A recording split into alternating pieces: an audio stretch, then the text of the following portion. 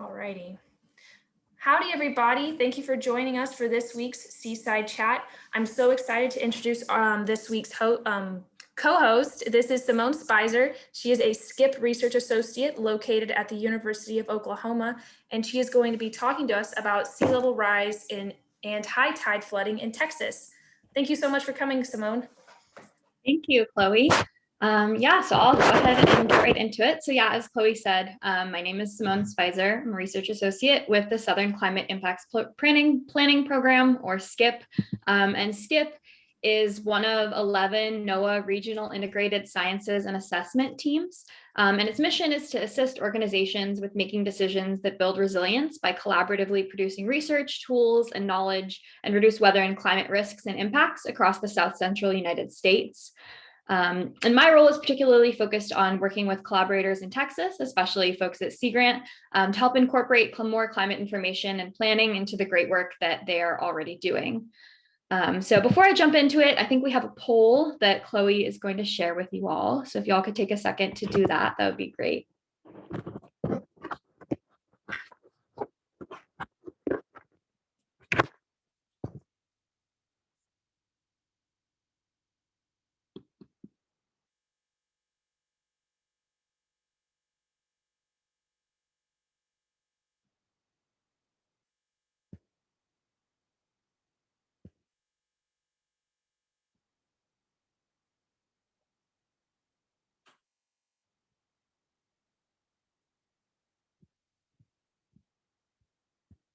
All right, thank you everyone for filling out that poll. All right, so I'm going to go ahead and get started. So today I want to talk a little bit about trends and projections for sea level rise, talk a little bit about the causes as well, and then the impacts of sea level rise and high tide flooding, as well as some strategies that communities can use to build resilience to the rising waters. So starting out with trends and projections. So in this chart, you can see the global sea level change since 1880 up through 2020. And so the blue line is the line that indicates the sea level change. And you can see that since 1880, global average sea level has risen by about 8 to 9 inches. And if you look a little closer at the chart, you can see that the blue line is getting steeper in more recent years, meaning that sea level rise is actually starting to go a little faster in the recent decades. Specifically from 2006 to 2015, sea level rise has occurred at a rate of about 2.5 times the average rate during the 1900s. So there is a substantial difference. The main causes of global sea level rise are the melting of glaciers and ice sheets on land, as well as the thermal expansion of water. And I want to talk about these in turn a little bit quickly. So melting of glaciers and ice sheets is happening because as Earth warms, these ice expanses are increasingly melting, which then adds more water into the ocean and in turn increases sea level rise. One thing that I want to note about this is that this effect, the major effect is from land-based glaciers and ice sheets. Sea ice that's already on the ocean doesn't contribute as much to global sea level rise because it's already sitting on top of the water and displacing most of the volume that it would take up when it melts. The other major driver of global average sea level rise is the thermal expansion of water. So not only as the Earth warms is the air getting warmer, but also water is as well. And when water gets warmer, it expands. So that means that oceans are heating up and taking up more space, which then leads to sea level rise. One other smaller contributor to global sea level rise is a reduction of liquid water on land. It's not as impactful as those other effects, but I did want to mention it briefly here as well. From 1970 to about the 2010s, thermal expansion of water and the melting of land ice were contributing about equally to sea level rise. But in the last 10 years or so, the melting of glaciers and ice sheets has accelerated to the point that now melting is contributing about 2 times as much to global sea level rise as thermal expansion. And this is particularly striking when thinking about the ice sheets in Greenland and Antarctica, From 2012 to 2016, the rate of ice loss in Greenland was about 7 times the rate of loss from 1992 to 2001. And it was about a 4 times increase in Antarctica. So there are some really powerful changes that have been happening recently there. Global sea level is very likely, almost certain, to continue to rise in the future. What is a little less certain is exactly how much sea level will rise in the future, because this depends on how much the Earth warms, which in turn depends on the future of carbon emissions. And because of this uncertainty, scientists have come up with different possible scenarios for sea level rise based on different possibilities for future emissions and warming. And this graph here shows these different possibilities, with each color corresponding to a different possible scenario. And I want to go into these a little bit in a little bit more detail. So even with substantial reductions in carbon dioxide emissions and limiting global warming, some sea level rise will still occur, and that's predicted to be about 1 foot at least. And this would happen even if we really limited emissions from this point onward. And so sea level rise is kind of a baked in effect of climate change that will happen even if we make substantial changes now. And one other important thing to note with this is that this is very much on the low end of what's possible and is very likely to be exceeded, because the extreme emissions reductions that would be needed to achieve this are really unlikely given our current trajectories. The range of outcomes that are generally seen as most likely are that sea level will rise between 1.6 feet and 3.3 feet by 2100. And these are the intermediate low and intermediate projections. In an extreme situation, sea level could rise by about 8 feet by 2100. This is unlikely, but is possible. And there's increasing evidence that this is something that we should be concerned about as a possibility. If this did happen, it would happen because of extreme and very quick melting in Antarctica and Greenland. Beyond 2100, there's even more uncertainty and lots of differences depending on emissions pathway. But it's likely that sea level would rise between 2 and 18 feet by 2030. 2,300, not 2030. And one other thing to note here is that if both the Greenland and Antarctic ice sheets melted fully, sea level could increase by over 220 feet. This is not likely to happen in any short-term future, but I think is a very powerful statistic that does tell us a lot about just how much water is trapped in those ice sheets. So even if a fraction of those ice sheets melt, it could have a very substantial impact on global sea levels. To this point, I've just been talking about global average sea levels, but local sea level rise at a particular location can be different from this global average for a couple different reasons. One is that there can be differences in responses to melting glaciers and ice sheets. Certain ice sheets melting would have different impacts on different locations, for example. There are also variations in regional ocean characteristics, currents, and warming. So some parts of the ocean are warming faster than others, for example. And with warming, there may be changes in density and ocean currents that could affect local sea level rise. Another really important factor is local vertical land motion.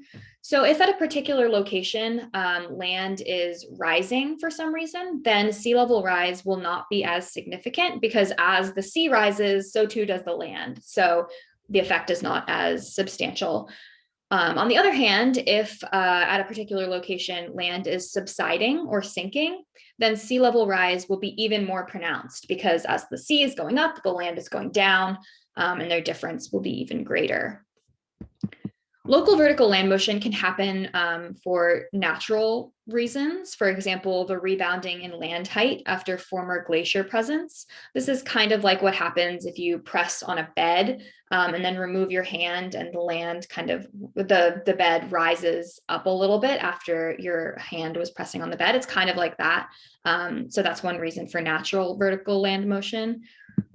But local vertical land motion can also be due to human causes, for example, groundwater and fossil fuel removal. When we take out water from the ground, remove water from the pores in the ground, this then leads to the ground subsiding or sinking once that water or fossil fuels are no longer present. And this last effect, local vertical land motion due to human causes, is particularly relevant in Texas and drives higher rates of relative sea level rise there. The Gulf Coast actually has some of the fastest rates of sea level rise in the United States, particularly in Louisiana and northern Texas. And this is happening, as I was mentioning before, partially due to the removal of groundwater and fossil fuels, especially groundwater in much of Texas, as you can see in this picture here, but also is due to sediment compaction of the Mississippi River Delta in that region. And in Texas, the rates of sea level rise tend to increase as you go up the coast. So for example, Port Isabel has about 4.2 millimeters per year is the average rate of sea level rise versus 5.4 millimeters and 6.6 in Corpus Christi and 6.6 in Galveston. And translating these into feet per century, we've got about 1.3 to 2.3 feet per century across the coast. No matter exactly how much future global average sea level increases in the future, it is very likely that sea level in Texas will rise even more than this global average because of these same factors that have driven larger historical sea level rise and currently higher rates. So to illustrate this, I want to take an example of Corpus Christi in particular. Corpus Christi is kind of along in the middle of the projections for locations along the Texas coast. So it's a good representative example. And this graph is showing the same projections scenarios that I showed in the previous graph. So the same colors match to the same scenarios, but specifically for Corpus Christi. So the low scenario, which again corresponds to significant reductions in warming, under the low scenario, sea level would rise by about 2 feet by 2100 in Corpus Christi. And this is a whole foot greater than the global average. And it's essentially a continuation of the current trends in sea level rise, but remember, is very likely to be exceeded. Under the intermediate and intermediate low scenarios, which is again kind of what's generally seen as the most likely outcomes based on our current understanding, sea level could rise between 2.5 and 4.6 feet in Corpus Christi by the end of the century. And under an extreme case, the sea level could rise by more than 10 feet. And that is huge and would have very substantial impacts. And one thing to note with these projections is that they're all relative to the year 2000. So we're obviously in 2021 now, so we've already seen some of this rise happening. So that's good to just keep in mind that it's not quite an increase relative to sea levels that we see today, but rather to the ones that were present in 2000. Sea level has risen in the past and will continue to rise in the future, with amounts dependent on the future of global temperature increases. And as I just showed, sea levels in Texas will likely rise about 1.5 to 5 feet by 2100, depending on location along the coast and emissions pathway. The impacts of this sea level rise will be substantial, and I want to discuss those a little bit now. Most notable and visible impacts of sea level rise is an increase in coastal flooding, including high tide flooding. With sea level rise, some areas will be fully inundated or very constantly flooded, but others might just experience things like periodic flooding or high tide flooding, which I want to talk about specifically a little bit now. High tide flooding is a type of coastal flooding that creates temporary problems like flooded roads or overflowing storm drains during very high tide. And because it causes some of these inconveniences, and often, as you can see in the picture here, happens without a storm or rain, it's often called nuisance flooding or sunny day flooding.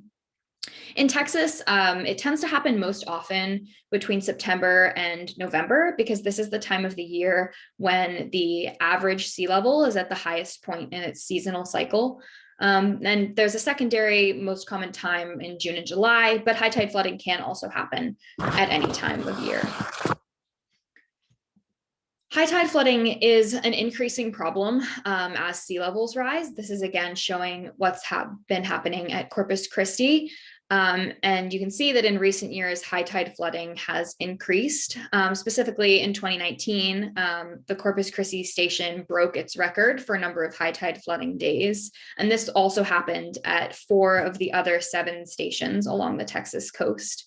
And at all of these stations, high tide flooding is increasing over time, and at many of them, it's actually accelerating. So this is a pretty pronounced increase, but is very much dwarfed by considering what might happen in the future. So that graph I just showed corresponds to these black dots along the bottom of what has been observed in high tide flooding. And then the colorful dots show the projections for the future.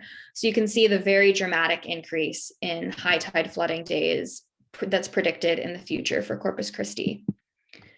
By 2050, along the Western Gulf, high tide flooding will likely happen from between 80 to 185 days per year on average. You can see Corpus Christi is very representative of that projection. And by 2100, high tide flooding will likely happen every day or nearly every day across the whole Texas coast in Corpus Christi and at all other locations. That's really powerful. That means that something that's happening right now, only about 20 days per year, could be happening almost every day, if not every day in the future, in the next 80 years, which is not that far out. One other thing to note with this is that this is just thinking about how high tide flooding would happen more frequently at locations that it already occurs. It's also important to note that some places that don't currently experience high tide flooding will start to see it happen in the future as sea level rises as well. Thinking about some of the effects of coastal flooding, both repeated high tide flooding and more substantial flood events can lead to damage to buildings and infrastructure, including homes.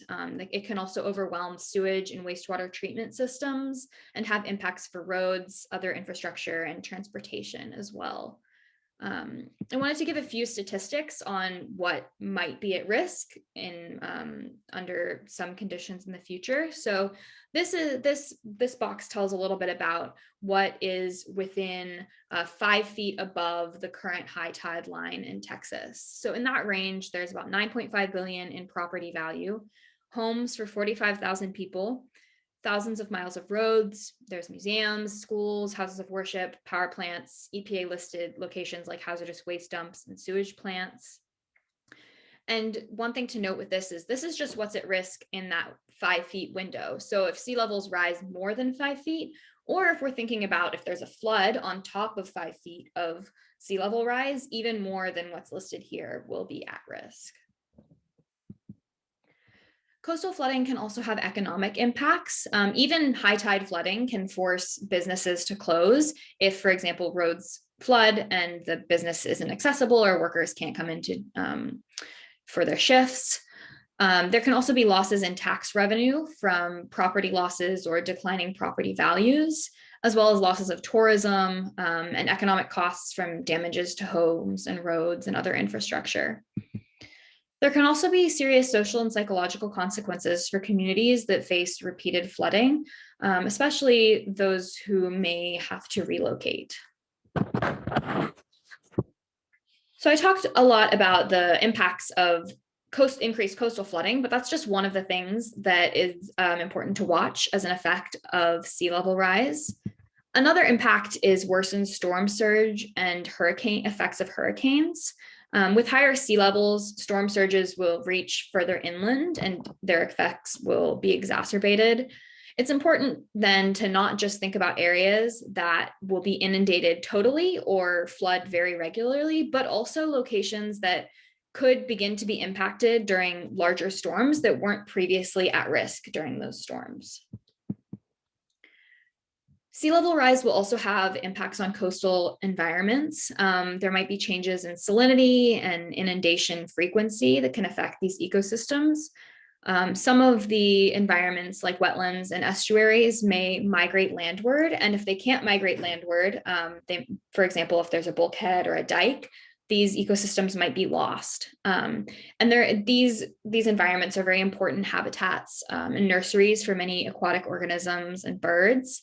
And they're also important for humans as well, because they help protect the coastline from flooding and help filter water. So the loss of these ecosystems could have substantial impacts for both humans and natural communities.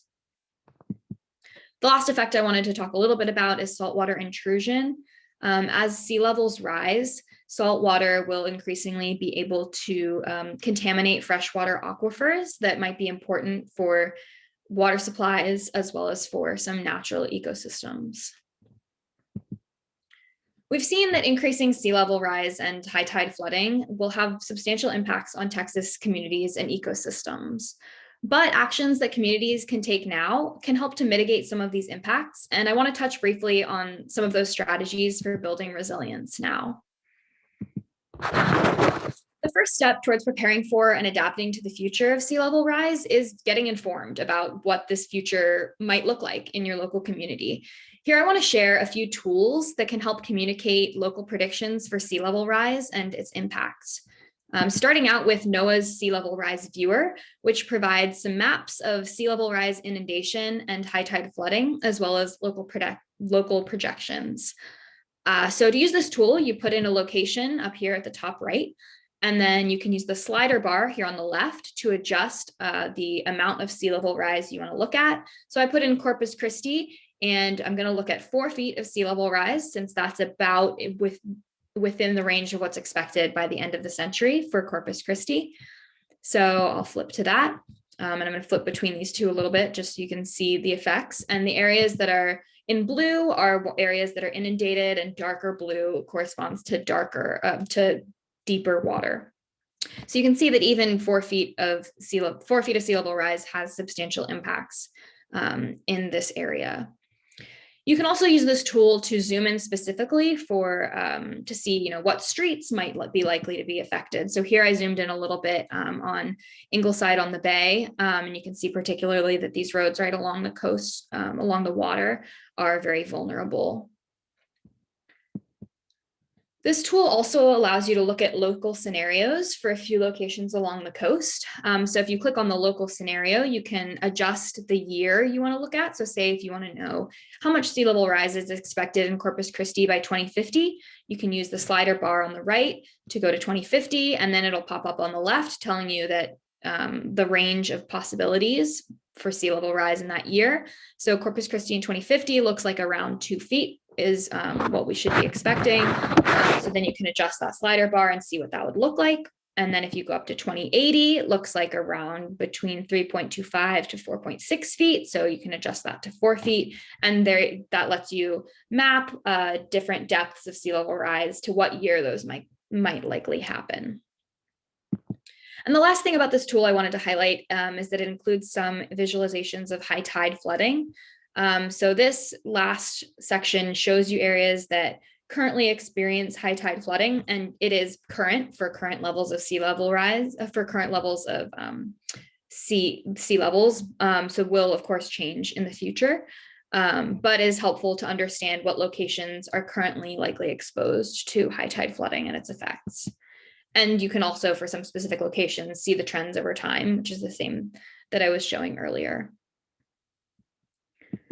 Another tool that's great supplementary to the NOAA tool is Climate Central's coastal risk screening tool. This one's a little different because it lets you select based on the year and then see predictions for both sea level rise and annual flooding levels in that year. So this is showing Corpus Christi again, which you put a location on the left, and then in 2050, which can be adjusted in the slider here. And it's showing locations not just below the sea level, but also below the annual flood level. So locations that are likely to flood at least once a year in 2050. And it should be noted that this is taking various assumptions into account here when figuring out what the sea level rise will be by 2050. And you can adjust those settings if you are interested in it too. And you also have the option to say if you want to look not just at what's going to be below the annual flood level, but what might flood in a really severe flood, then you can adjust that by changing the other settings here and see what would potentially flood in a major flood with the 2050 amounts of sea level rise. The last tool I want to talk about is also from Climate Central, and it's called their Surging Seas Risk Finder. And it has a lot of information about local impacts and risks of predicted sea level rise. There's tons of great data and things in here, so I'm just going to focus on a little bit. But you, again, put in a place up at the top, and then you select an amount of sea level rise you want to look at. And one of the things that they have is an assessment of what is at risk given that amount of sea level rise. So for example, for Corpus Christi, here you can see the population that lives within 4 feet of sea level rise, which is about 2,300 people. You can also switch that to look at buildings, so about 1,600 buildings and an estimate of their property value and other things like schools and museums. And then if you adjust it to be a different amount of sea level rise, say 6 feet of sea level rise, you see that the number of homes that are at risk in that situation is about 3,000 higher than it was in the 4 feet situation. That was a lot of information about how to understand what risks a community might face. But once you understand the risks, what can communities actually do to respond and prepare? I'm going to talk about a few different types of response strategies here. One is a strategy of advancement, which involves making new land by building towards the ocean. This can help offer substantial protection, but also can increase erosion and groundwater salinization. Another strategy is a strategy of protection, which involves blocking the effects of sea level rise, like higher tides and waves, flooding, erosion, saltwater intrusion. And protection includes hard protection, like seawalls or dikes, as well as sediment-based protection, like dunes, for example, and ecosystem-based adaptation, which I'll talk a little bit more about in a minute.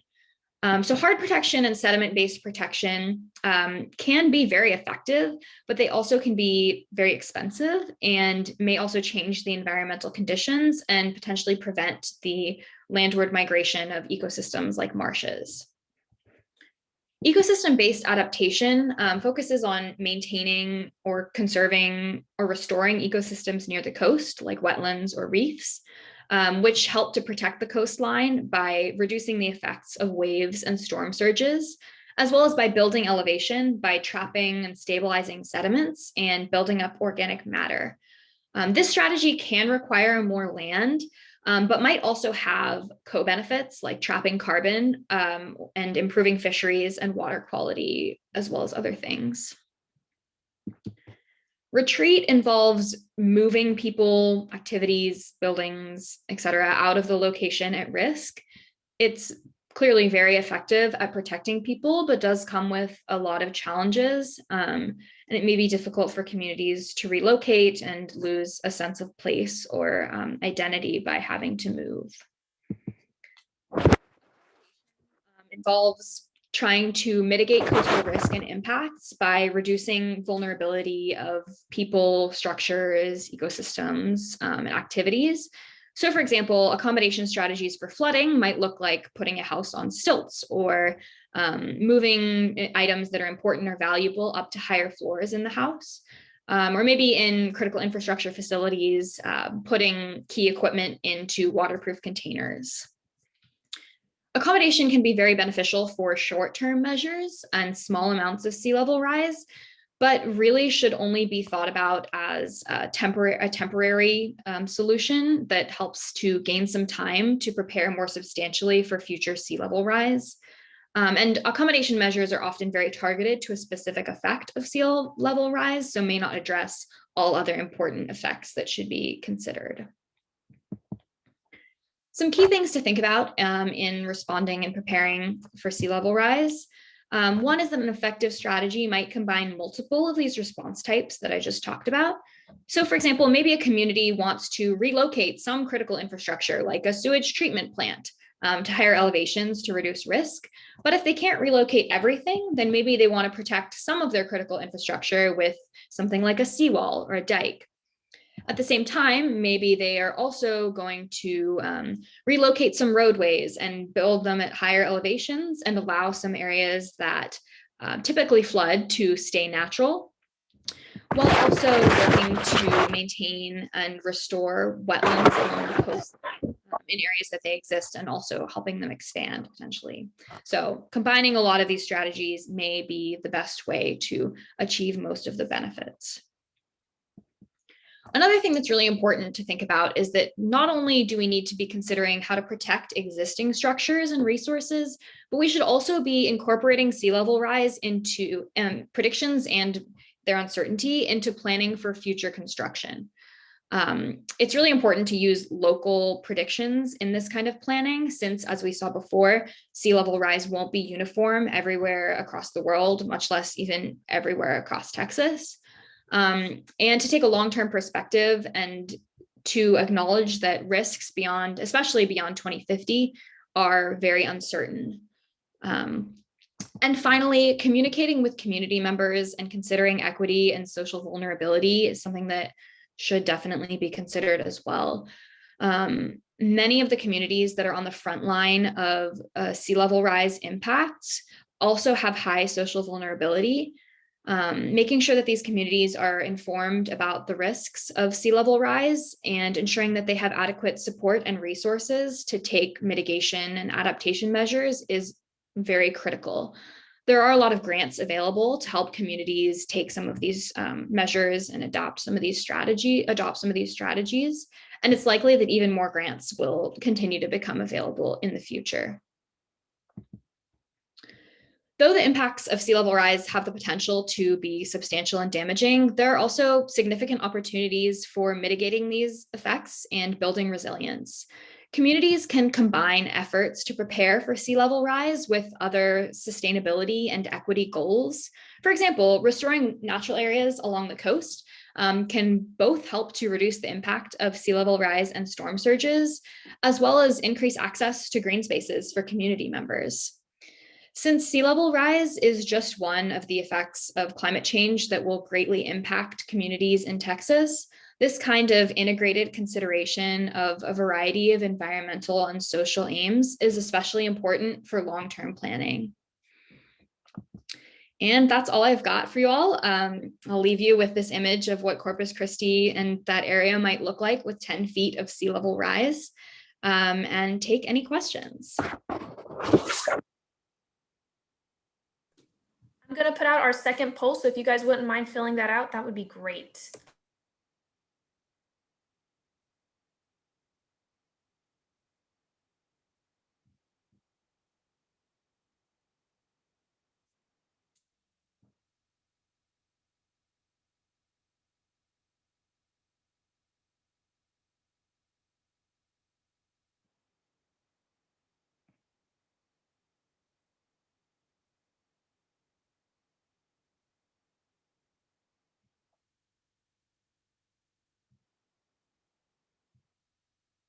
Awesome. Thanks you guys for filling that out.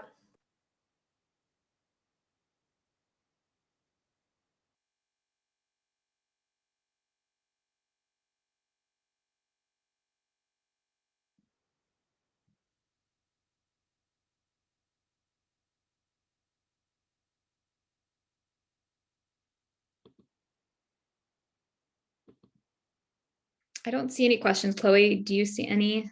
Not at the moment. If anyone has any questions, feel free to put them in the chat box or in the Q&A box.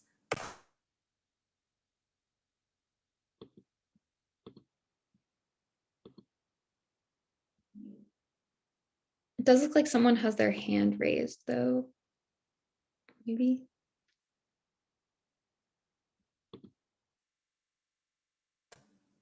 Yes, I see that. Do you have a question? And I see one question in the Q&A that I'll talk about. So someone asked, why is sea level rise different in different regions? Is it just topology? Yeah, so there are a lot of different factors that account for that. One of the major ones is whether the land is sinking or rising in that location, and that varies along the Texas coast for a variety of reasons. Some areas that have greater impacts of groundwater removal and fossil fuel removal. But there's also effects in terms of melting of certain ice sheets will affect certain regions more than others, for example, in terms of how the shifting in the ice sheet presence will affect the gravitational pull of the ice sheet and what that does to ocean levels in the nearby regions. So those are a few of the relevant considerations. But along the Texas coast, the particularly important ones are the rates of land movement in different locations.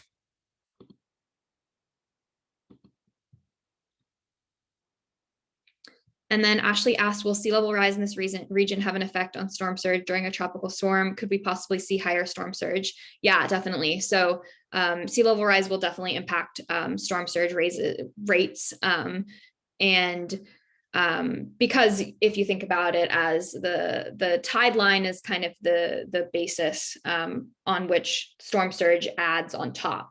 So if the tide line is higher, then storm surge will reach even farther inland. And then it's also, that's an effect that we're thinking about even without considering whether storms might get stronger as well in the future, which is also a predicted effect of warming temperatures. So if we have first storm surge that just would even normally reach farther, but then if we have tend to have more powerful storms, that could kind of be a double effect of worsened storm surge.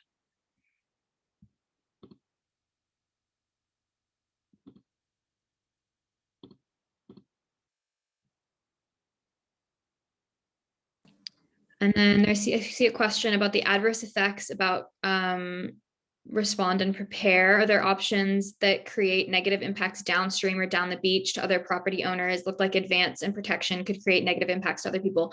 Yeah, that is true. Advance and protection are the ones that do tend to potentially have problems kind of downstream. Dikes and hard protection structures are a really complicated one because they are very effective in the location that they're established, but they can have substantial kind of downstream, as you phrased it, effects. And that is why it can be very helpful to take a larger perspective when thinking about these solutions than just maybe one specific community or one specific location. Though, of course, that is far more challenging because it requires involving a lot more stakeholders or a lot more regions in the planning.